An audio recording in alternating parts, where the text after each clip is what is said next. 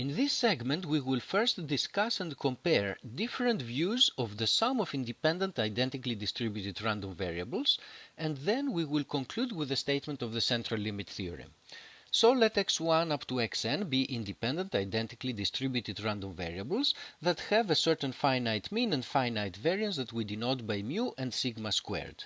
In order to have a concrete example in our hands, let us assume that this random variable has a distribution, let's say a PDF, that ranges from -1 to +1 and has a mean of 0. Let us look at the sum of these random variables. The sum has a variance of n times sigma squared, which goes to infinity, and correspondingly, the standard deviation of this random variable also grows to infinity. This random variable takes values between -n and +n, and because the variance and the standard deviation increase, this means that for larger and larger n, the width of this distribution is going to be larger and larger. We can obtain a different view of this sum if we divide it by n, in which case we obtain the sample mean. In this case, the variance goes to 0 as n goes to infinity, and as a consequence, the distribution is highly concentrated around 0. This is also what the weak law of large numbers tells us. The bulk of the distribution is concentrated in an arbitrarily small interval around 0, so this width becomes smaller and smaller as n goes to infinity. So in this case, we obtain a limiting distribution, but this limiting distribution is trivial, it's degenerate, it's all concentrated on a single point. How can we make it so that we obtain a limiting distribution that is more interesting? The key is to divide not by n, but to divide by the square root of n. This has the following effect. The variance of this ratio is calculated as follows. We take the variance of the numerator, which is n times sigma squared, and then we divide by the square of this number, which is n, and therefore the variance is equal to sigma squared. What's important here is that the variance stays constant. No matter what n is, the width of this distribution is going to be more or less the same. The distribution itself might change as n changes, but the distribution, at least in this case where we assumed 0 mean, the distribution stays in place, it doesn't move to the right or to the left, and its width stays the same. So one can wonder, in the limit as n goes to infinity, does this shape start to approach a certain limiting shape? And if it does, what is the limiting shape that it approaches? The central limit theorem will give us the answers to these questions.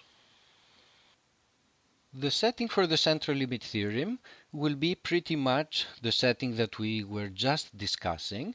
So we will be looking into the case where we divide the sum of the random variables by square root of n, except for a few additional twists.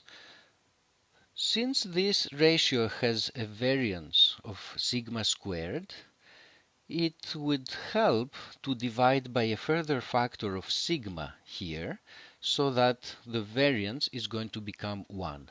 And there's another issue.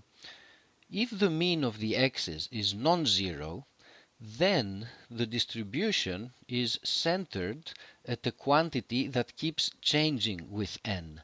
So the distribution will be drifting away from 0. It's not staying in place, and so it wouldn't have any hope of converging to something. For this reason, instead of looking at this ratio in particular, what we do is we first subtract the mean of the sum, which is n times the mean, and then we divide by a further factor of sigma. This random variable that we obtain here has nice properties. The mean of this random variable is equal to 0 because we did subtract the mean of the x's, and the variance of this random variable is going to be equal to 1 The reason is that the variance is the variance of the numerator, which is n times sigma squared, divided by the square of the denominator, which is also n times sigma squared. So as n changes, the distribution of the random variable Zn stays in place. It has a mean of 0, and its width more or less stays the same because we have a constant variance.